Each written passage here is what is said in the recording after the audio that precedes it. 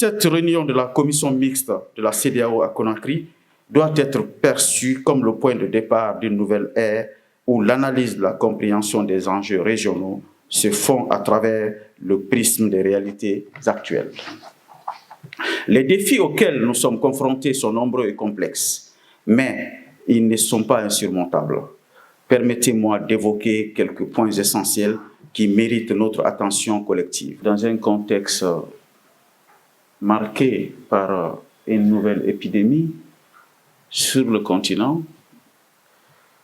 en Afrique de l'Ouest, votre arrivée en Guinée à cette occasion est un espoir, parce que cet atelier qui s'inscrit dans la logique de la construction du lien dialectique entre l'éducation et la santé se trouve dans une parfaite emphase avec le combat que le gouvernement est en train de mener en Guinée pour la réunion de toutes les conditions pour le bien-être social de nos populations. Chers parlementaires, nous voir ici réunis ce jour est plus que réjouissant. C'est la preuve que tout est possible. C'est un appel à l'agilité. Les organisations modernes qui réunissent s'inscrivent dans la logique de l'agilité. Elles façonnent et pilotent leur devenir sous l'aura de l'adaptabilité. Le cours de l'histoire est inexorable. Seuls les peuples et les communautés agiles en tirent le meilleur. Eh bien, ce jour est une manifestation du génie de la communauté ouest-africaine, la CEDEAO, un moment d'auto-congratulation, car nous avons le droit et le plaisir de constater la maturité croissante de notre organisation commune qu'est la CEDEAO. Une maturité qui tire son essence non seulement de la capacité de composer avec la complexité du monde, parlant ici des relations internationales, mais aussi de la capacité de penser autrement et de percevoir notre communauté de destin au-delà des dogmes en déphasage avec les réalités du moment. Cette réunion de la commission mixte de la CEDEAO à Conakry devrait donner le ton d'une nouvelle ère pour l'analyse et l'appréciation des faits caractéristiques de notre cheminement commun à l'aune de la prise en compte de nouveaux paramètres dictés par les réalités de terrain, par la nécessité d'une prise en compte davantage marquée et impérative des appels légitimes des nations et des peuples respectifs qui constituent la grande famille de notre communauté.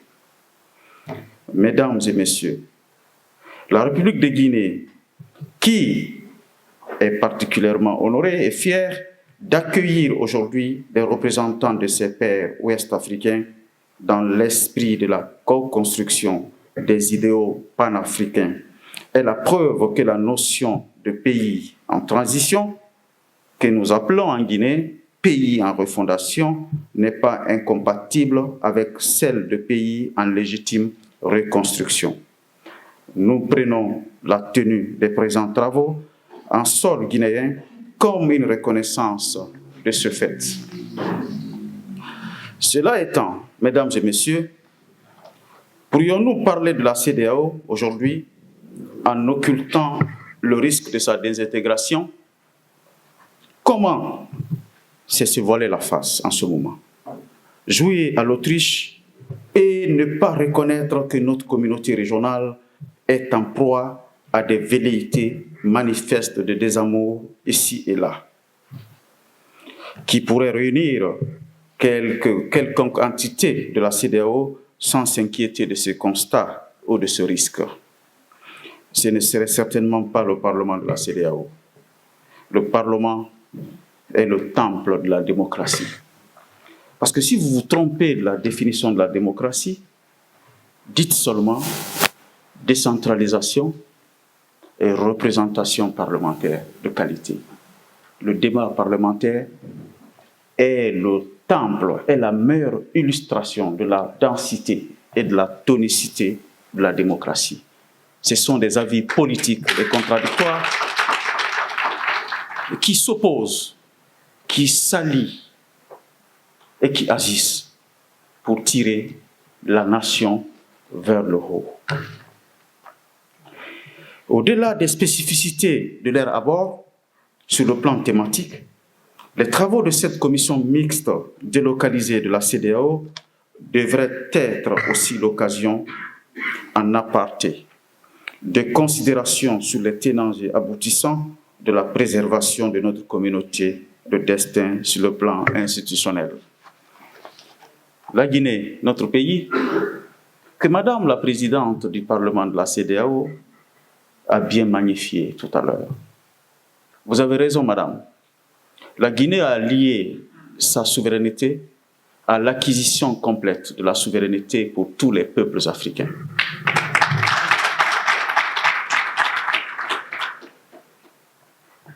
Honorables membres du Conseil national de la transition, au-delà de tous mes propos, tous mes précédents propos, je voudrais dire, je dois vous exprimer sincèrement notre joie de constater la matérialisation davantage marquée du retour de la Guinée au sein du Parlement ouest-africain. La Guinée, nos pères fondateurs nous ont enseigné l'intégration et non la désintégration. La désintégration ne fait pas partie des valeurs politiques, sociales et philosophiques des Guinéens. Depuis notre indépendance, nos pères fondateurs se sont battus pour la création, pour la réalisation de l'objectif de l'unité africaine. Et le président Sékou Touré l'a dit et affirmé à travers notre constitution que la Guinée est prête à renoncer à une partie de sa souveraineté pour la réalisation de l'objectif de l'unité africaine. Nous ne sommes pas égarés. Sous le leadership du général de corps d'armée, Mamadi Doumbouya, chef de l'État, chef suprême des armées, président de la République, nous suivons cet objectif, cette vision panafricaniste de nos pères fondateurs. Madame la Présidente du Parlement de la CEDEAO, ce retour est bien en phase avec la démarche guinéo-guinéenne d'un retour à l'ordre constitutionnel. Cela nous réconforte à plus d'un titre. Je n'en citerai que deux. Primo, parce que nous avons inscrit ce retour en droite ligne avec les exigences et principes que nous nous sommes imposés et qui sont ceux de l'inclusion et de la participation les plus larges possibles dans le processus de réforme constitutionnelle en cours dans notre pays. Secondo, parce que la démarche en elle-même nous a amenés à apprécier davantage les bienfaits du dialogue constructif dans un projet national de grande envergure. La Guinée pense ses plaies et s'est prémunue de leur infection. Mesdames et messieurs, il est réconfortant de constater que d'Abuja à Conakry, il n'y a qu'un petit pont qu'il est agréable de franchir, un pont que le Parlement de la CEDEAO, dans un élan d'innovation qu'il faut saluer, a élégamment construit en tenant sur cette terre guinéenne foncièrement africaine dans ses entrailles les travaux de la présente commission mixte. Vous pouvez donc comprendre qu'il nous soit permis de remercier le Parlement de la CEDEAO de l'honneur dont il nous gratifie. Chères participantes et participants, vous voudrez bien noter que sous le leadership éclairé du chef de l'État, président de la République, le général Mamadi Doumbouya, la République de Guinée, telle que vous le savez, est engagée dans une dynamique de refondation et de rectification institutionnelle sur une diversité de plans, dont ceux en relation avec la thématique qui réunit aujourd'hui la première session de localisée en commission mixte de l'organe législatif de la CEDEAO. Nous avons considéré la pertinence des liens prégnants qui pourraient exister entre le thème des travaux de cette commission mixte et les préoccupations mises de l'avant dans l'avant-projet de constitution en cours de discussion dans notre pays. Il y en a tellement qu'il serait incongru de me lancer dans une litanie irrelative.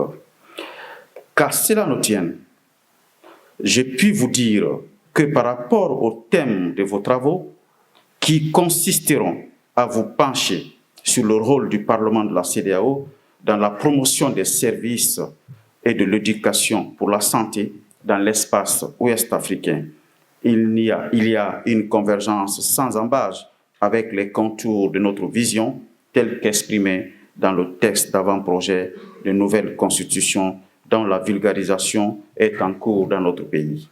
En effet, dans ce texte, un certain nombre de choix sociétaux sont faits et qui sont en résonance avec vos préoccupations. Aussi, vous préférez, avec vos légitimes interrogations. Je pourrais ici en relever furtivement quelques-uns.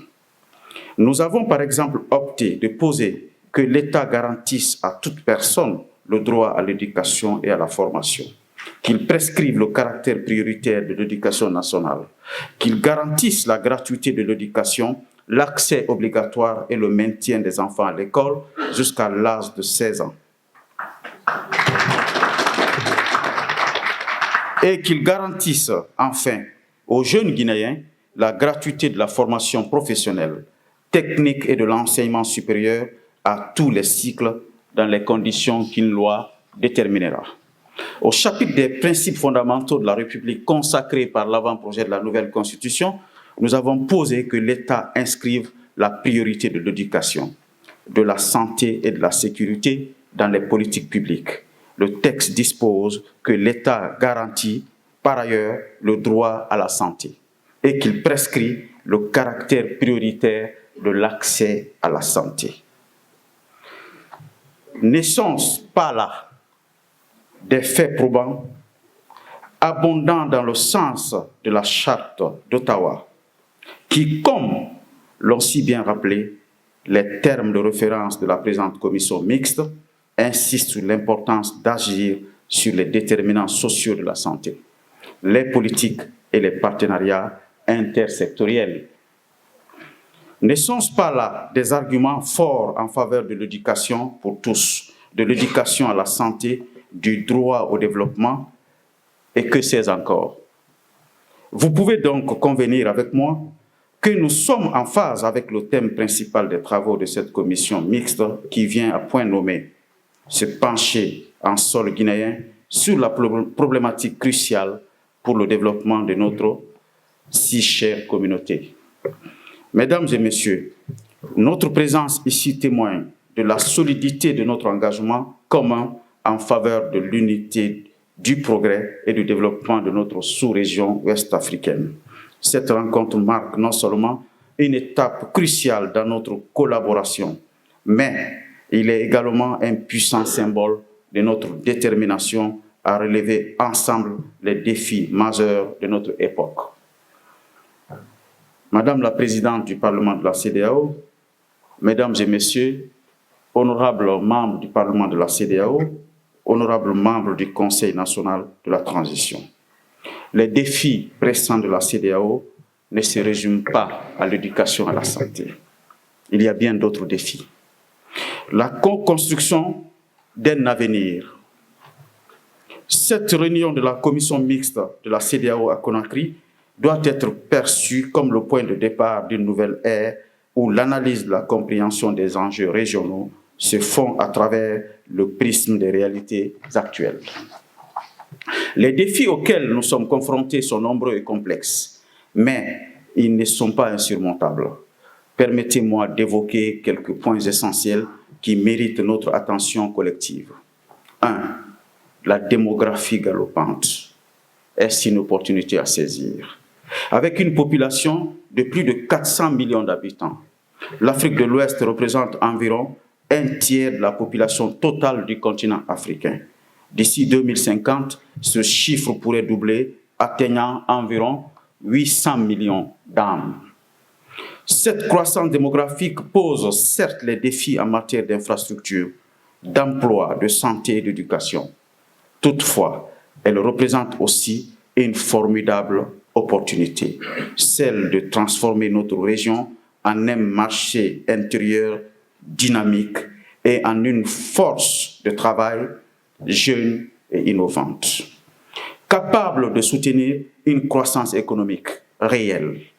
Pour tirer parti de cette croissance, nous devons investir massivement dans l'éducation, dans la formation professionnelle et la construction d'infrastructures économiques et sociales de qualité. 2. Pauvreté et inégalité, un impératif d'action collective. Malgré les progrès réalisés, environ 41% de la population ouest-africaine vit encore en dessous du seuil de pauvreté. Cette situation est exacerbée par des inégalités profondes, tant entre les pays qu'au sein de chaque nation. Il est impératif que nous intensifions nos efforts pour réduire ces disparités en renforçant la coopération régionale et en mettant en place des politiques de développement inclusives. Selon la Banque mondiale, une réduction de 1% des inégalités de revenus dans la sous-région pourrait augmenter la croissance économique de 0,5% par an. Nous devons donc nous engager résolument sur la voie de la justice sociale et de l'égalité de change. 3. La sécurité, un bien précieux à protéger. La sécurité est une condition sine qua non du développement. Malheureusement, notre région est confrontée à des menaces croissantes, notamment le terrorisme, les conflits armés et la criminalité transfrontalière. Selon les estimations récentes, plus de 10 000 personnes ont perdu la vie en Afrique de l'Ouest en raison d'actes terroristes au cours des 5 dernières années. Les dépenses militaires dans la région augmentent de 15% sur la même période, reflétant l'urgence de la situation, mais la sécurité ne se limite pas à la force militaire. Elle implique aussi la sécurité alimentaire, sanitaire et économique. En travaillant ensemble, nous pouvons créer un environnement stable et prospère pour tous nos citoyens. 4. L'intégration économique, le moteur de notre prospérité collective. Malgré les efforts de la CEDEAO pour promouvoir l'intégration économique, les échanges intra-régionaux ne représentent encore que 15% du commerce total de la région. Pour comparaison, les échanges intra-Union européenne représentent plus de 60% de leur marché total. Cela souligne l'énorme potentiel inexploité de notre région. Pour y remédier, nous devons lever les barrières commerciales, harmoniser nos politiques économiques et renforcer nos infrastructures régionales. Un marché commun ouest-africain pleinement intégré pourrait créer des millions d'emplois, stimuler la croissance et renforcer la résilience face aux chocs extérieurs. La Guinée en refondation, vers un renouveau prometteur. La République de Guinée, qui est particulièrement honorée d'accueillir cette réunion, est un exemple vivant de la capacité de nos nations à surmonter des défis et à se réinventer. Sous le leadership du président, le général Mamadi Doumbouya, la rectification institutionnelle se concrétise et se matérialise avec une célérité qui est illustrée aujourd'hui par la rendue publique par le Conseil national de la transition de l'avant-projet de constitution. Madame la présidente du Parlement de la CEDEAO, cette constitution est sortie des entrailles de la société guinéenne après plus de 20 mois de concertation, de consultation de nos populations, de près de 400 communes de la Guinée, des acteurs politiques, des universitaires, des syndicats, des acteurs de la société civile. Aujourd'hui, nous sommes sur le dialogue institutionnel qui va se clôturer demain à travers un échange entre les membres du CNT et les membres du Comité national du Rassemblement pour le développement qui mettra fin à ce processus de dialogue institutionnel consacré à la maturation et à la consolidation de l'avant-projet de constitution avant le référendum. Permettez-moi donc de terminer. Mesdames et messieurs, les perspectives d'avenir, c'est de construire ensemble une CEDEAO plus forte. Une CEDEAO forte est une CEDEAO résiliente, est une CEDEAO qui tire bénéfice de la recherche que procure la diversité de son peuple, le dynamisme de ses communautés et de ses États. C'est une CEDEAO qui se construit sur la base de l'ardeur et de la vision de la jeunesse ouest-africaine et des femmes de l'espace CEDEAO. Madame la Présidente du Parlement de la CEDEAO est une organisation unique et porteuse de vision d'intégration et de développement pour toute l'Afrique de l'Ouest. À travers des initiatives audacieuses et des partenariats stratégiques, nous avons la possibilité de transformer cette vision en réalité, une réalité vivante qui demande des sacrifices, mais aussi des efforts, mais surtout la raison. Parce que le terrorisme et l'insécurité que je viens de décrire tantôt a mis en doute notre capacité d'intégration réelle. D'abord, il faut travailler ensemble pour juguler toutes les menaces insécuritaires qui fragilisent notre conviction d'être une sous-région rassemblée, unie et intégrée autour de valeurs économiques et sociales sûres. Madame la Présidente, je tiens à réitérer notre engagement à travailler main dans la main avec nos frères et sœurs du Parlement de la CEDEAO pour renforcer notre coopération dans tous les domaines. Ensemble, nous pouvons surmonter les défis de la pauvreté, de l'insécurité, de l'intégration économique pour construire un avenir pour nos populations.